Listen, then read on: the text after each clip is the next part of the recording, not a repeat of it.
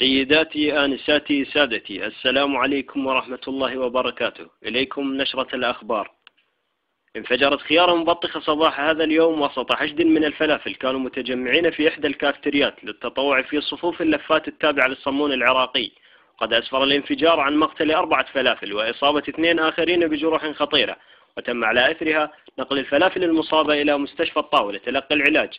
وفي حادث منفصل قتل طرشي وأصيب آخر بانفجار عنبة ناسفة في حي الزيتون شمال شرق القرنابيط. هذا وقد تم العثور على رؤوس بصل مقطوعة الأوراق وعليها علامات تكشير كانت ملقاة على جانبي الزلاطة في الصحن. انفجر قورة شاي بالقرب من منطقة الصينية، وقد أسفر الانفجار عن كسر 4 استكانات وشرق 3 أصحن وفقدان خاشوقتين، غير أن المشخلة لم يعلم عن حالها فعدت في أعداد المفقودين. تظاهر أكثر من 40 رأس باذنجان على مقتل أحد زعماء حركة الدولمة من قبل السلطات الباجلية. قد أدت المظاهرة إلى إلحاق خسائر فادحة بالباذنجان وسقوط أكثر من 30 حبة باجلة في جدر المرق الواقع على الشريط الحدودي. للطباخ أحمد الصالح، العربية، بغداد.